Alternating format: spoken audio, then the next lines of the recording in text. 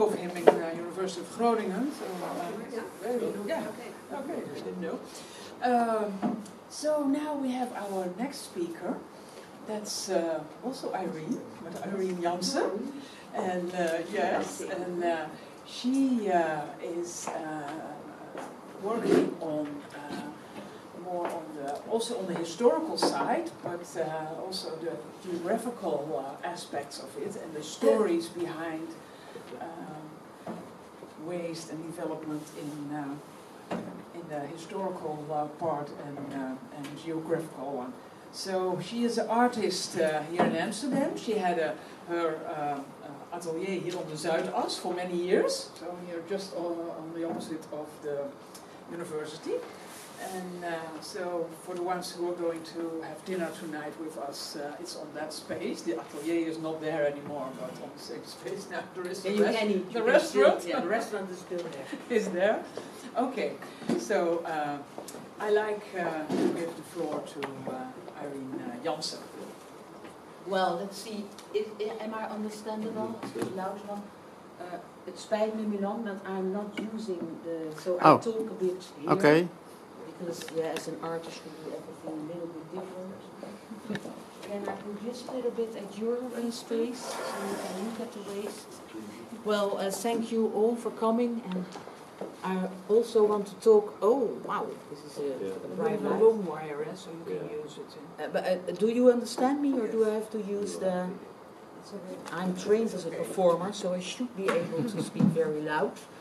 Well, what am I going to talk about? It's in fact the same issue as what Irene, where she mentioned, what to select as an artist. Because I also travel all over the world to go to places and see what is left behind. I call that leftover landscapes. And I make kind of sample maps out of it.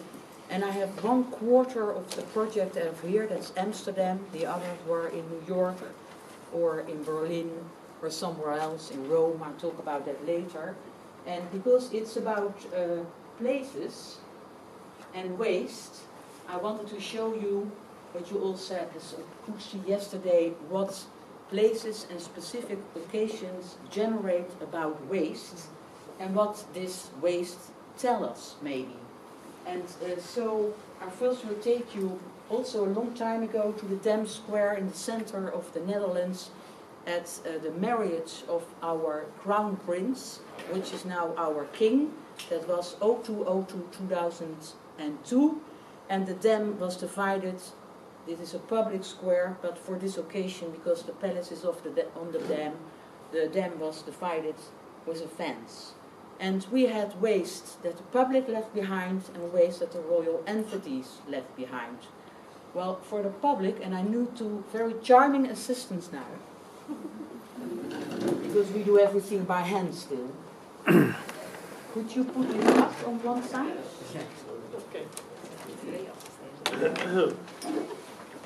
James will recognize it a little bit. It is an outcrop and a sample map. I hope you can see it, and otherwise you can see it in the break. So we have a little bit of waste. This is an impression. Here you have the Dam Square, and this is the... Can you see it? This is the Dam Square from above, and it's on scale. And here you can see a little bit of the wave of waste, what was consisting out of... Could you hold that up a little bit? It's out of orange hats, shish kebab screwdrivers, it's papers, also some red, white and blue flags. This is 1/4, it's all 1/4 all the time, I realize, 1/4 of the project. 1/4 of the sample. I rebuilt the whole thing in my studio, and thank you very much. This is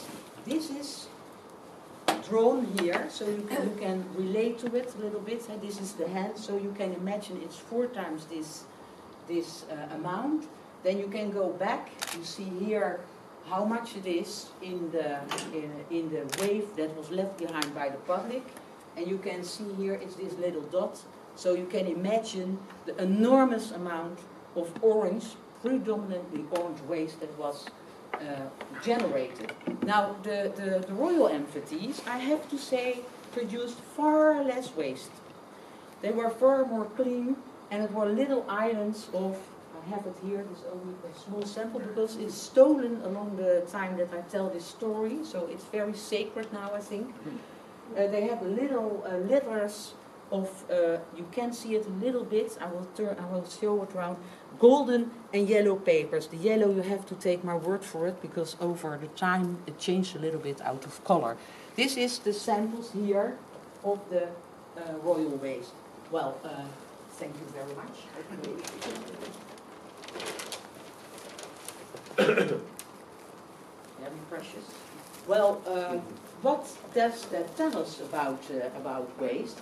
Because when I sampled it and I looked at the orange color, I was wondering where this orange color come from. And now I have to look some English words up. I hope, James, you will correct me, because we also have an orange lion in our, is this called a coat of arms? In our coat of arms. And you can see it on the paintings of Vermeer, that you have this orange lion there already, which is in 1600, and there is this color of orange, and this is the Republic, of course, of the Netherlands, but it is a kind of symbol for the Netherlands.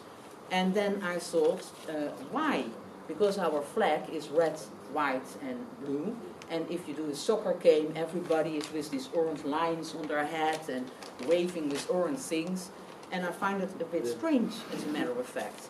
And so I looked it up, and it went all the way back, these orange lions and golden lions, to the age of the chivalry. So the age of the knights, about 1100.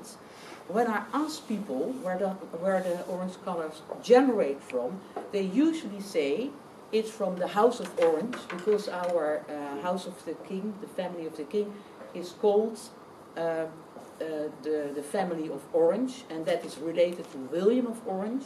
And William of Orange is a kind of Osama bin Laden. It was a revolutionary who took up the arms and produced at the end the Republic of the Netherlands.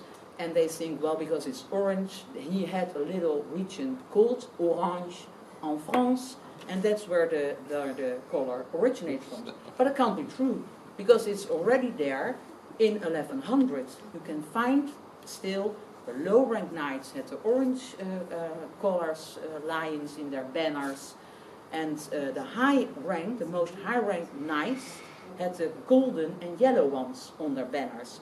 And although the family of our king existed already in that time, I looked that up, I researched that, had no relation whatsoever.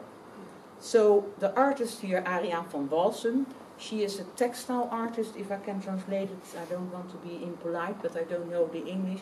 And she works a lot with color, and she said, well, you have to look at what is growing in the Netherlands. And indeed, in the south of the Netherlands, that is Belgium as well, there is a little plant called madder, and that is meekrap in het Nederlands, and it was very abundant in Flanders and the south of the Netherlands. And if you squeeze the root, you get a very bright red color. And the red color, if you mix it with another plant called wow, and that is, I think, weld. Do you know what weld is? I hope you know what weld. It's a little plant. And if you mix it, you get this bright orange color. That was a relatively cheap color. And so it's very cheap because you had all these plants. And then the golden colors, which was for the higher ranked knights, of course, are very expensive. So they had the golden lions, and then of course they had also this yellow to mix. Now the orange, if you mix it with the yellow, with the little plant, and thank you for the connotation, Ariane, if you do that, it will fade away after a while. And when Napoleon entered, we had to use a lot of flags. And we had, of course, oranje, blanc, bleu, so the flag was supposed to be orange, but they had to re-dye it, and so they took red instead. And we have a little orange banner on the side. Now, these knights who had that went into the Middle Ages and went into the military code.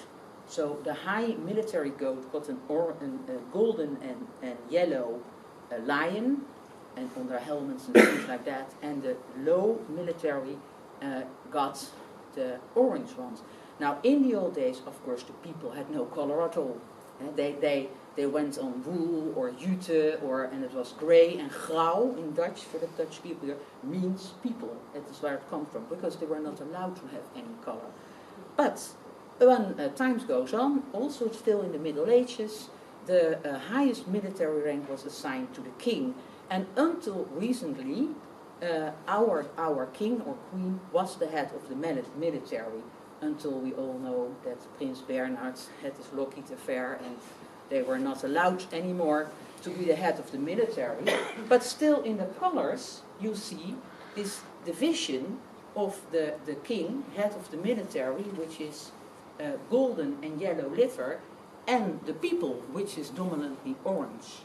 Now, you might think, well, there is a gap between the rich and the poor, and it's getting wider. And indeed, our family of the king is very rich, and maybe the people becomes poor. But in 800 years, in color, the people stepped up. So the people are now wearing the low-rank knight's colors, and the gap between, in color, the people and the royalty is in fact a little bit smaller. Now, this is what I had to say about the color in Amsterdam. And then it's about places and ways, so I also brought, which they didn't recognize, of course, so it was cleaned this morning because they said, oh, all those ways. I also brought something here. I don't know if you can see it, but you can see it no, this doesn't mean it. You can see it in the break.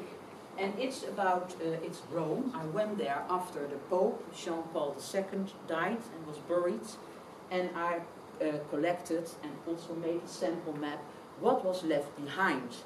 And yeah, it is, as I call it, it's not sacred ways, but I call it the Roman Catholic thrown away identity of the day.